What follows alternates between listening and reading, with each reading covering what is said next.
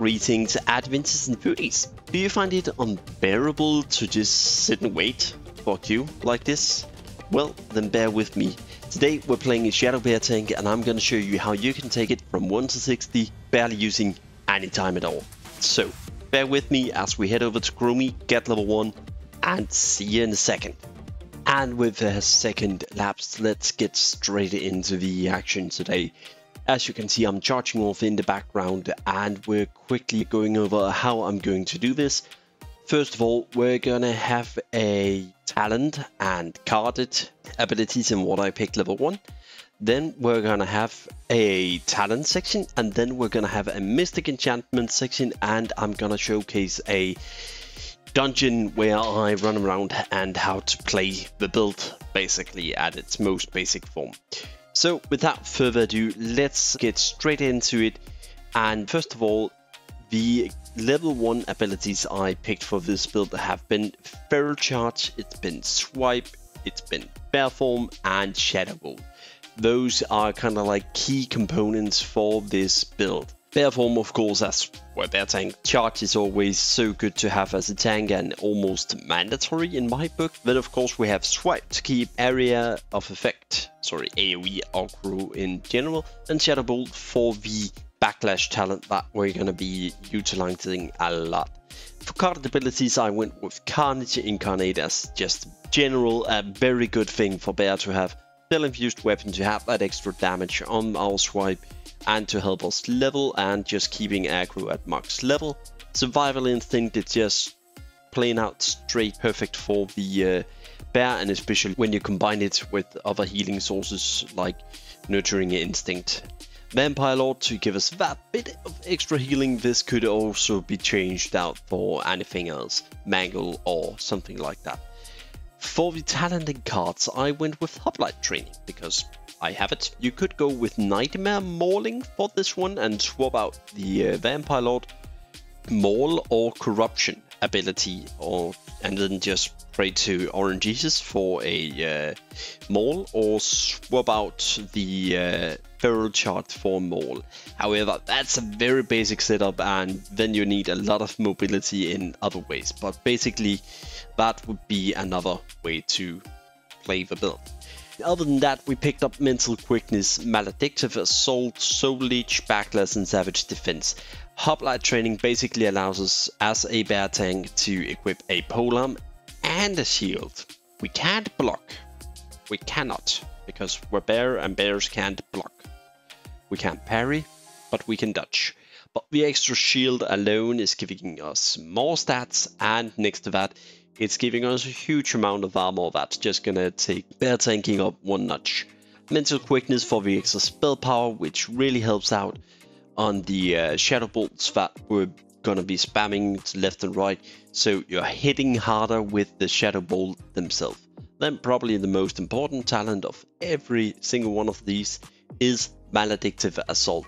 This does so whenever we have Backlash active, we can cast a Shadow Bolt without leaving the bear form that we have.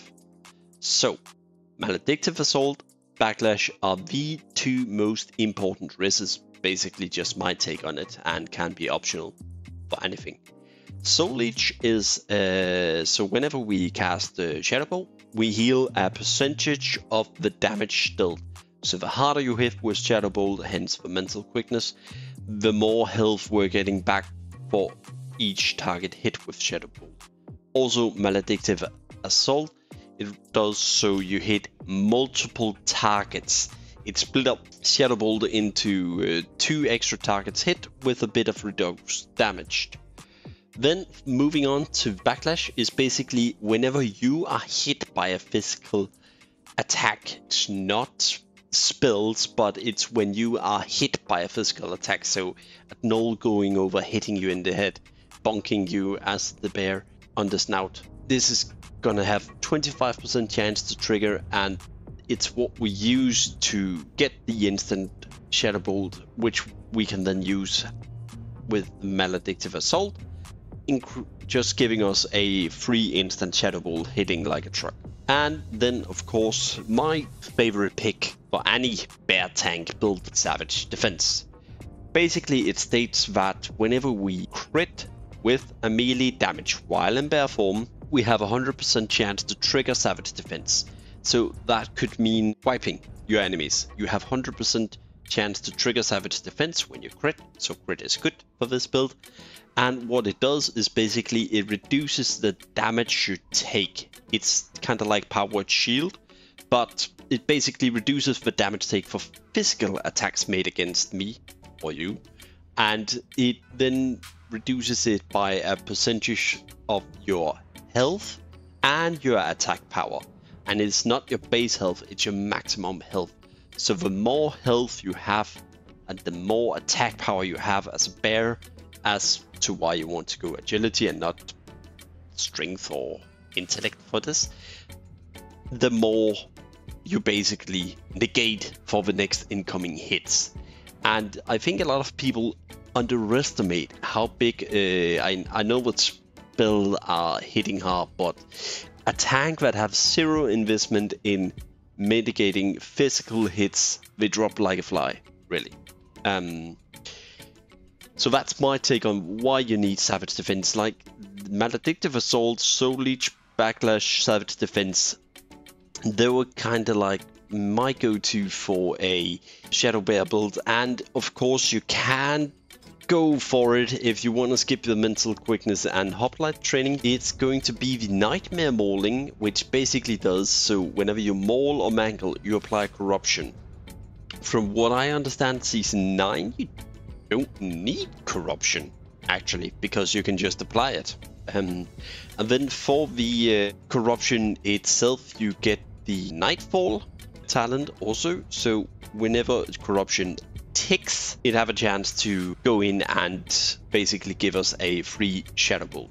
That's what you would be replacing hoplite training and mental quickness with. And also whenever you swipe, as you can see in the Nightmare Mauling, corruption you applied with the maul spreads to nearby targets. So it's basically one big trigger ravine, just putting corruption on everything, Nightfall triggering, Backlash triggering, and you can just stand Shadow Bolt, Shadow Bolt, Shadow Bolt, Shadow Bolt, Shadow Bolt. And voila, that's basically the Shadow Bear. So moving on to the wish list, if so say. You can see it here, and we're basically gonna start out with the legendary, and I'm gonna skip the uncommon sections. Basically just reroll anything that you can't use until you get something that you in some way or another could at some point use. For the legendary session, we have the Summon Fell Hunter with a plus sign and Soul Link, and then we have this little one sign. So basically, yeah, I'm saying with this is get Summon Fell Hunter with Soul Link, because that's gonna reduce your damage taken just overall, and that's kind of the best mitigation you can get, is flat reduction to damage taken. Together with Master Demonologist, the Fell Hunter gives you a bunch of reduced magical damage taken. That's gonna be your hurdle as a bear tank. It's one of those that's kind of hard to scale as bear normally. So getting the Master Demonologist gives you 10% reduction flat as long as you have Fell Hunter. So that's great together with the Soul Link, and if you get improved Soul Link, that's even better. So of course, moving on to the second is Festering Strike, which basically is Maul, but it uses Maul like modifiers, and you can scale this up as its plague damage, so it scales with spell power, not ability power, spell power. And then of course with the two you get Nightmare Mauling, so your Festering Strike will actually apply corruption. And if you get Nightmare Mauling and Festering Strike, I'd say make a macro where you do cast swipe, cast Festering Strike, because then whenever you swipe at a target with your ability you picked level 1, then of course you also apply Festering Strike on your next hit. So whenever you swipe again, the corruption that you apply with Festering Strikes or Maul, if you get that, is basically gonna be spread out to everything, meaning Nightmare Mauling and Nightfall can start proccing and you can cast more Shadow Bolts. So that's kind of like, it can really scale up really nice. Other than that, adaptive defense does, so whenever you dodge an attack, which is our primary defensive mechanism, you will activate a buff that gives flat damage reduction. Shadow power for the extra crit on Shadow Bolt. It can be any of the 200% bonuses, so yeah, just get one of them, the highest one possible, so you can hit harder with Shadow Bolt, and therefore getting more life returned with Soul Leech. And other than that, anything that gives flat damage reduction is just gonna be wonderful for you. For the epic session, I picked up the Iron Fur, Stampeding Roar and Dispersion in the ability section.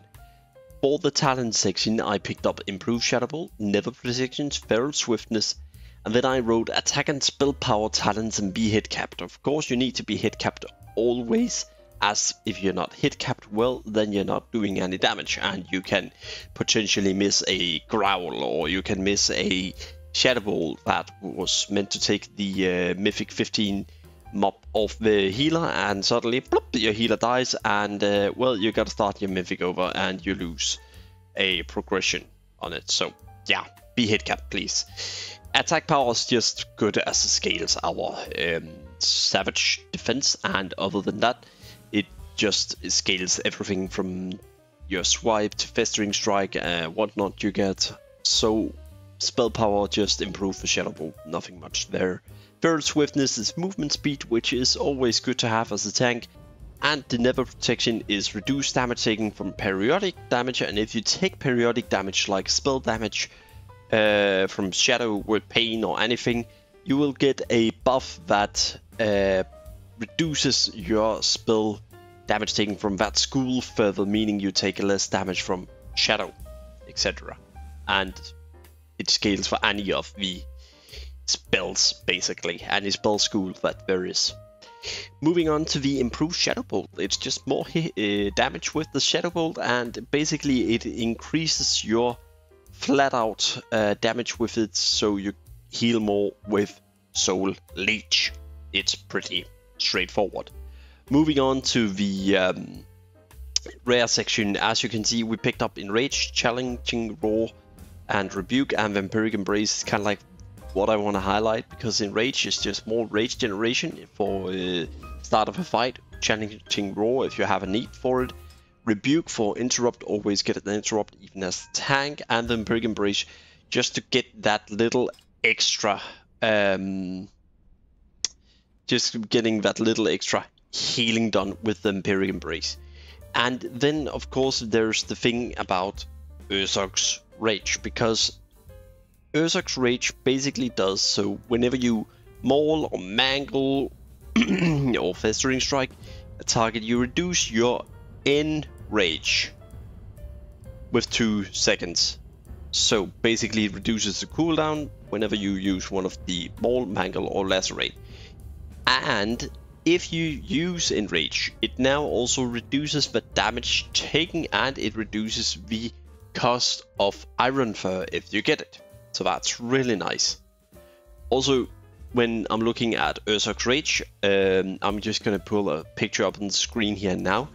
I actually forgot to mention Ursoc's Blessing. So if you have something that can't be cast while in shapeshifting, using this or getting the Ursoc's Blessing for a 1 global cooldown second can actually help you out to pop it something like Shield Wall if you get it.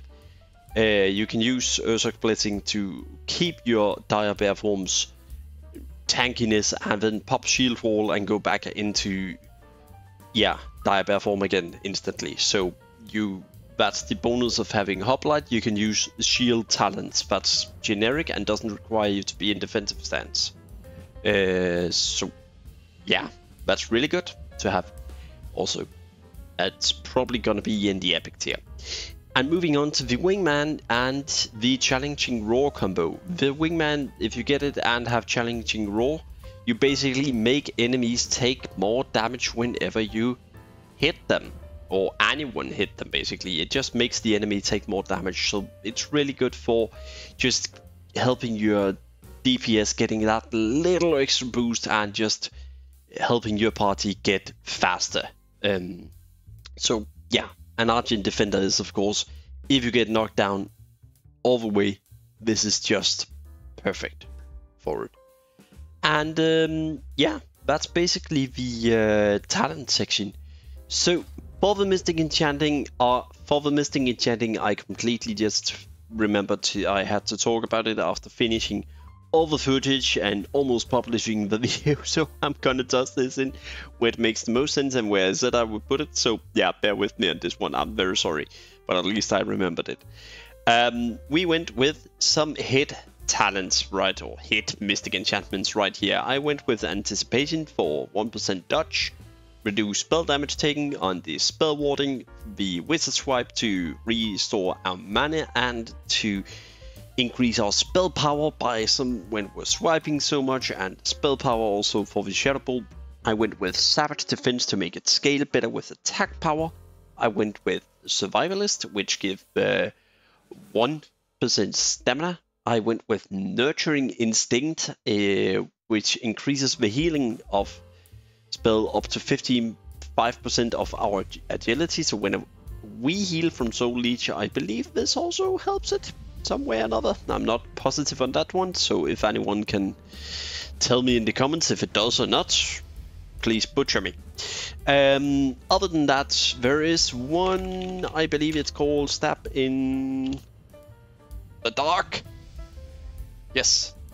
Increase the Shadow Bolt of and Seed of Corruption direct damage by 15% of your attack power. I have not been able to snipe this off the auction house, and I'm very angry at it because this is like such an amazing enchant. So it's 45% of our attack power is just getting added to the Shadow Bolt, and this is like what's really gonna make you hit like a truck with Shadow Bolt. Trust me, you really want this Stab in the Dark if you can get it. It's so good, and I will probably replace it with Nurturing, if anything. So, yeah, we're gonna try and find a dungeon for you guys to see.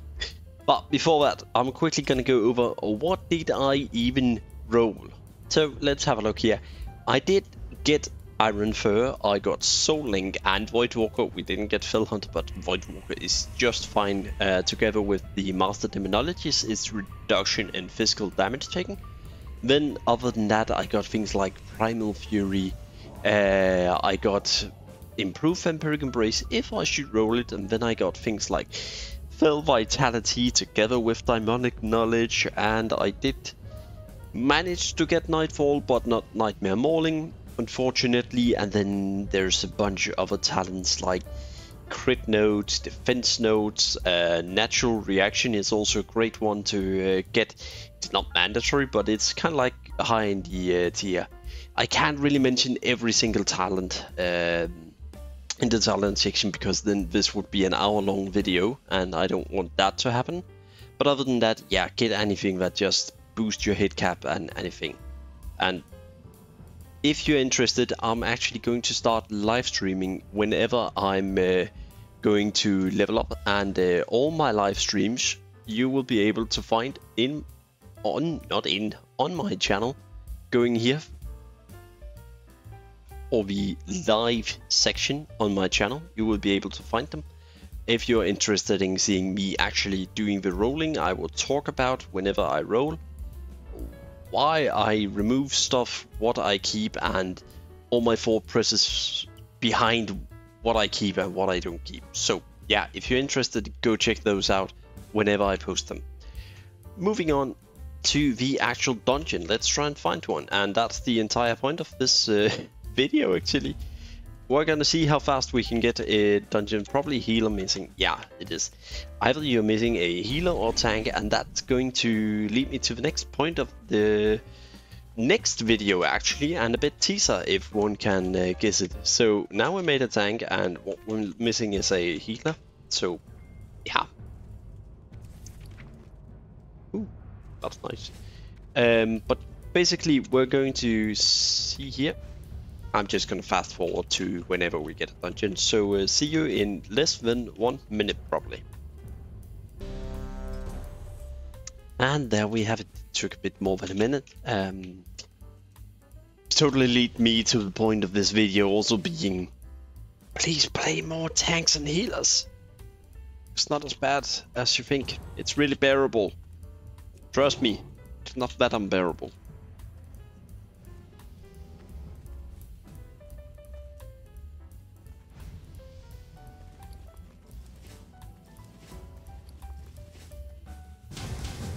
Boing. Alright, so we got in here to Scarlet Monastery and I'm just gonna start swiping away basically.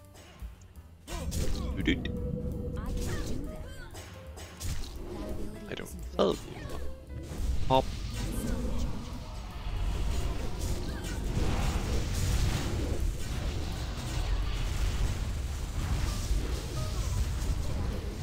Poppy pop, poppy pop, pop, pop, pop, pop, pop, pop. This is basically how we open.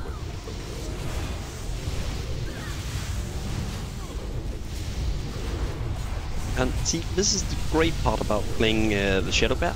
As you can see, the sorceress over there, I can just fire a Shadow Bolt, and now I have the aggro for it. Instead of we got random people pulling left and right.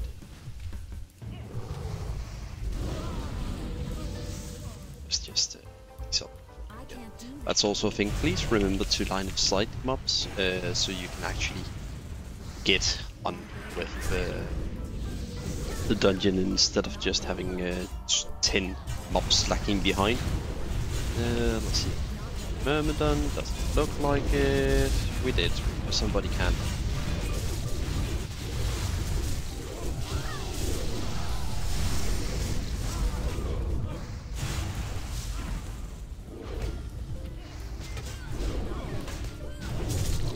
And this.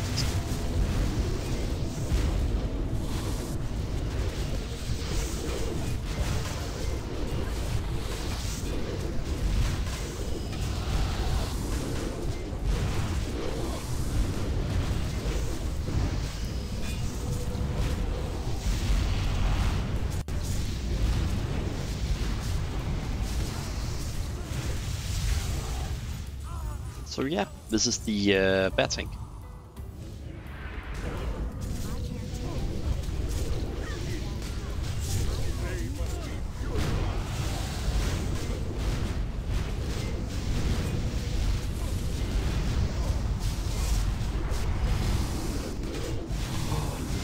This is close. And I just popped. Please note, I'm in completely unoptimized gear. My gear is fully played gear, pala tanking, and what you really want is something I'm gonna show on the screen right about now, is Agi, stamina and spell power gear. It's gonna be so much better for you for tanking, so yeah. Also for damage done, is it because, oh, it's overall. So we have 2 guys, I have no clue what they're doing, and then we have like just plain wrath, still infused. Damage. For healing done, as you can see here, the Savage Defense is just doing so much of the healing done. And then of course we have the Soul Leech, just also doing a bunch of healing. The more damage you have of course on your Shadow Bolt, as mentioned, the more you will basically heal with Soul Leech. But yeah, this is pretty much the build. So while I finish slapping High Inquisitor White Mane, let's see if she can bear with it. I'm gonna say thank you for watching, and see you all in the next one. Stay legendary.